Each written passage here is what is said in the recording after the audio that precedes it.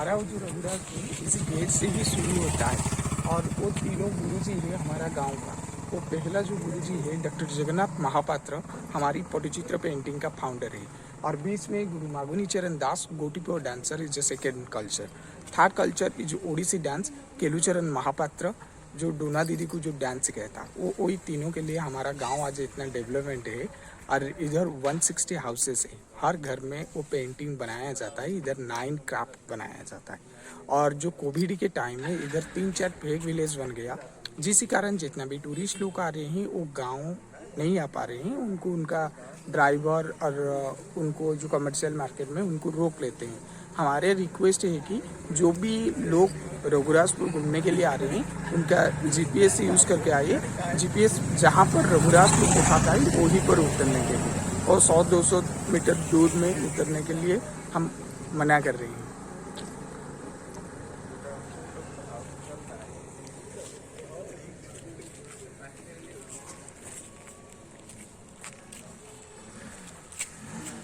और इधर जो मुराल पेंटिंग हुआ है ना, वो जो कोविड ही हुआ था तभी ललित कला अकादमी और शिल्प विभाग दोनों मिलके हर फैमिली को 10,000 रुपया उसको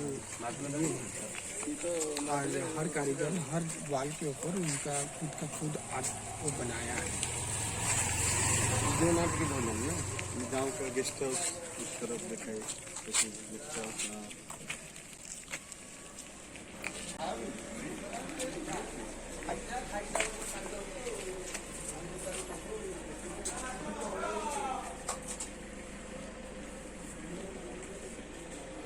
वो भी देखिए, वो मेरा हाथ का पेंटिंग है जो कोविड के टाइम में ना इसको मैंने बनाया था, और वो मेरा पापा का हाथ का बना है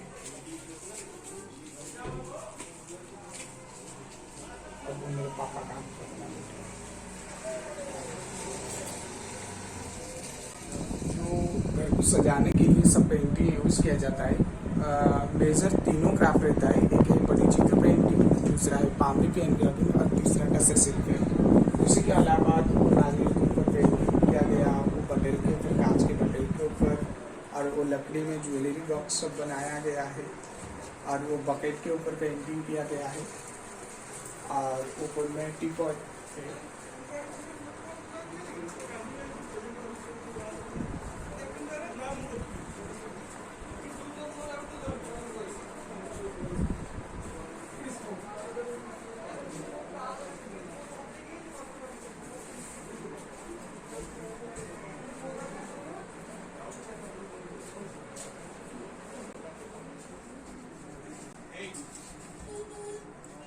हमारा गांव में जितना सारा आर्ट है, सबसे ओल्ड आर्ट है पामरी पेन। जब से ह्यूमन सभ्यता डेवलपेशन किया है तब से वो ताड़ के पत्ता के ऊपर पोथी चित्र किया करता था। पहले लिखाई, लिखाई के बाद उसी के ऊपर आर्ट के साथ डिस्क्रिप्शन। आजकल का लोग कोई इंडियन का माइथोलॉजिकल स्टोरी पढ़ने के लिए इंटरेस्टेड नहीं है। हर कोई चाहता है कि हमारा घर में इंडियन माइथोलॉजिकल का माने आर्ट रखने के लिए।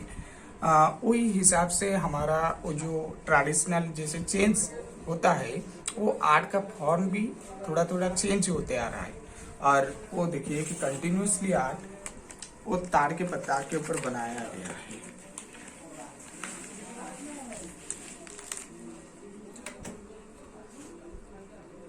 पहले ताड़ के पत्ता को कलेक्ट किया जाता है। जब भी कलेक्ट किया जाता है इसी टाइप में वो कलेक्ट होकर आता है, इसी टाइप में उसको कलेक्ट किया जाता है। कलेक्ट के बाद उसको कटिंग किया जाता है।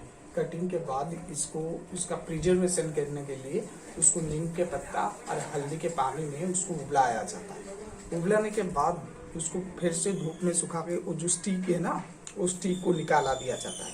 पुराना टाइम में तो सिर्फ एक ही पत्ता के ऊपर आर्ट किया जाता था।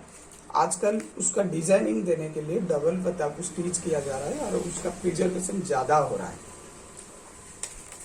उसी के बाद इसी तरह उसको स्टिच किया जाता है नीडल एंड थ्रेड में।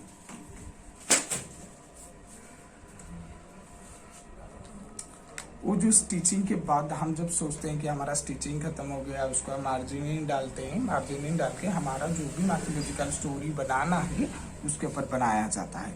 बट इसको काम कैसे किया जाता है ना, पहले पेंसिल से डायग्राम किया जाता है, उसके बाद वो है स्टाइलस। इसी स्टाइलस में उसको एनग्राफ किया जाता है।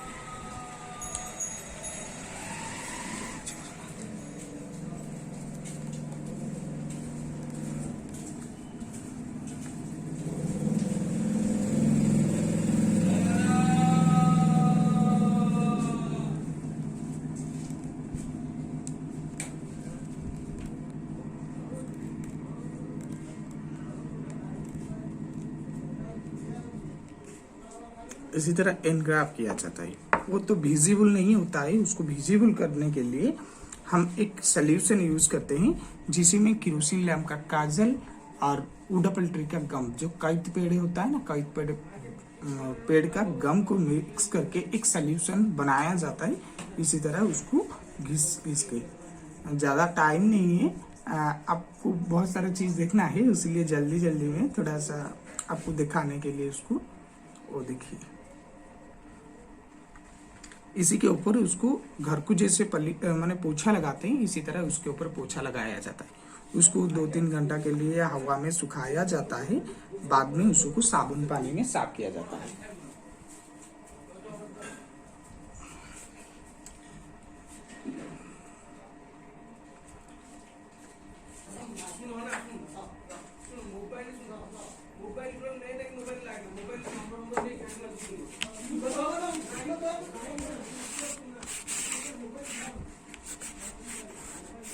इसको सिर्फ नॉर्मल वाटर में साफ किया और इसको मैंने जब भी बड़ा पीसेस बनाया जाता है और फाइनली इसको पूरा साबुन पानी में साफ करना पड़ता है।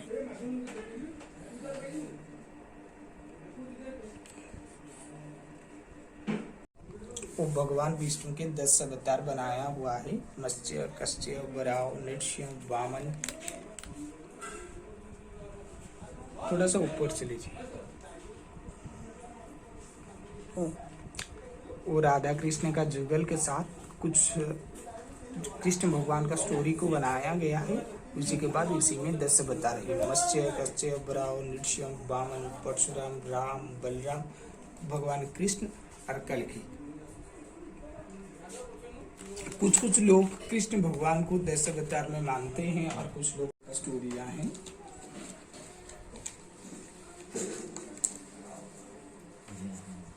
वो देखिए, तो भगवान बुद्ध को हम लेते हैं 9वें अवतार में।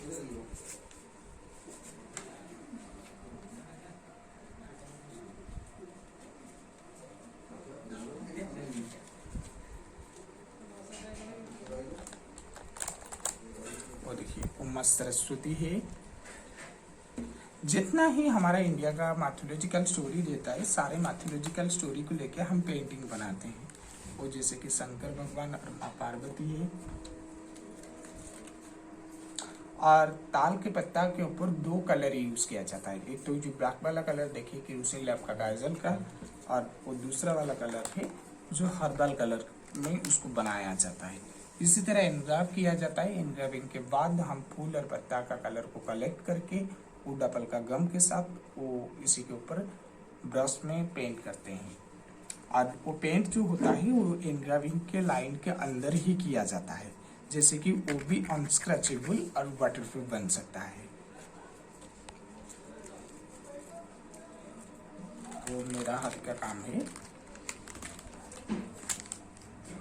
तो भगवान विष्णु का 10 अवतार के साथ राधा मैया और कृष्ण भगवान का जुगल।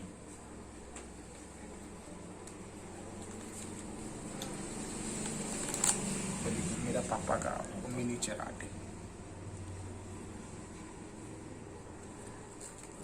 और जो हमारी न्यू जनरेशन इसी वाला काम को तैयार किए हैं, जिसमें भगवान विष्णु का 10 अवतार होता है, उसको 3D पेंटिंग भी बताया जाता है।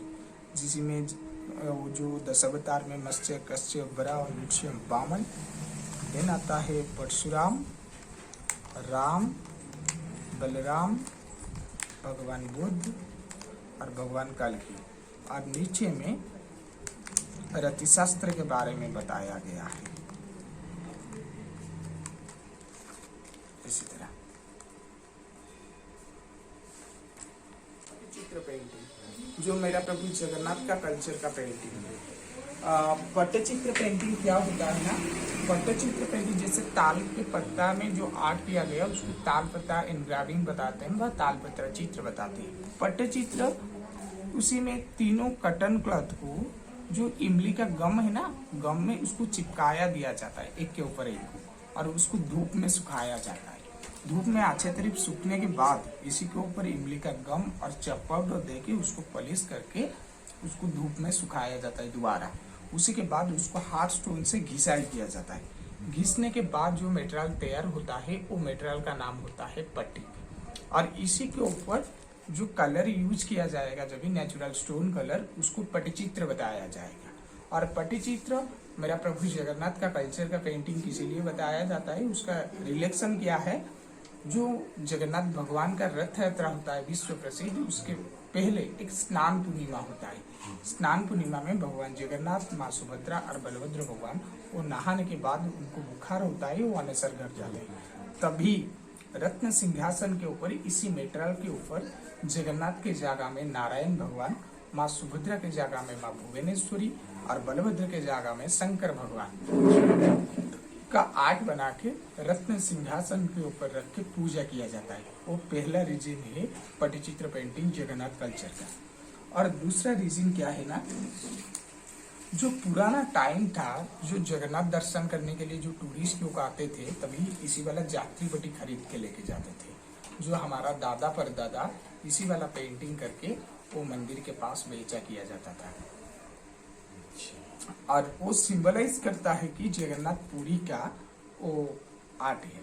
कि कोई घूमने, जैसे हम कहाँ पर घूमने के लिए जाते हैं, आजकल हमारा पास फोन और कैमरा है, हम रिवाइंडिंग करने के लिए पिक्चर लेके जाते थे और सबूत भी होता था। जो लोग पुराना टाइम में जगन्नाथ दर्शन करने के लिए आते हैं, जगन्नाथ दर्शन करते हैं, प्रसाद लेते हैं, वेद का लकड़ी के साथ इसी वाला एक पेंटिंग खरीद करके लेके जाते थे। वो जगन्नाथ भगवान का पद्म वैसे, और वो गणेश जी है, वो राधा कृष्ण है, वो महालक्ष्मी है, और वो मेरा पापा का सबसे यूनिक आर्ट है। और इसी तरह छोटे और बड़े साइज के ऊपर हम पेंटिंग बनाते हैं। मिनिमम 500, 300, 400 रुपीज में वो सब मिल जाता है, वो टेक्सचर का पेंटिंग सब। और इसी में हमको काम सिखाया जाता है, इसीलिए उसका प्राइस चीप है। हाँ, क्यों ना हम भी जहाँ पर घूमने के लिए जाते हैं एक बजट लेके जाते हैं।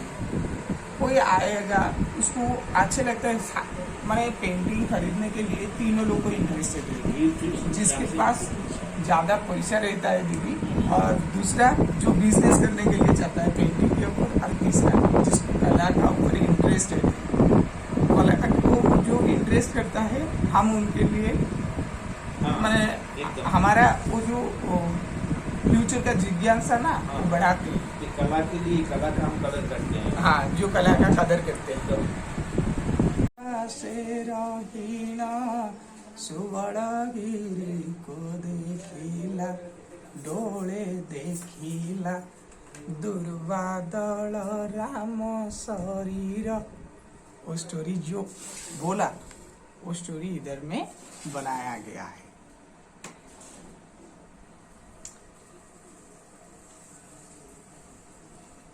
पापा भी देखे नहीं, हम कैसे मान लेंगे? और यदि मान लेंगे, यदि हमारा पापा और मामा का शकल अलग किसी जानवर का शकल होता, तब हम मानते कि उनका शकल तो जानवर का तरह है, हमारा भी जानवर तरह होगा। शंकर भगवान का जो शकल वो मनुष्य की तरह है, माँ पार्वती का शकल भी मनुष्य की तरह है, और उनका भैया गणेश भगवान का भैया कार्तिक भगवान, उनका भी शकल मनुष्य की तरह है। और वो सबसे सुंदर देवता है कार्तिक भगवान जी। और वो जो गणेश भगवान का शकल कैसे हुआ, खरगम सुलितनु गजेन्द्रवदनम लंबोदरम सुंदरम प्रसन्नम मदगंधलब्धम व्यालोलम गंधास्थलम दंताघातं विदरिता रुधिरे सिन्दूरे शोभाकरं वन्दे शैले सूता सीधी प्रगतो कामदम। वो गणेश भगवान का स्ट्रक्चर का बनाना का डिस्क्रिप्शन। खर्व का मतलब पुतला सा मोटा सा शरीर, लंबोदरम बहुत बड़ा पेट, गजेंद्र वदनम उनका मुख हाथी का मुख तरह, और उनका वर्ण सिंदूर का वर्ण है, और शैल का सूता है। शैल का मतलब माँ पार्वती का वो पूता है।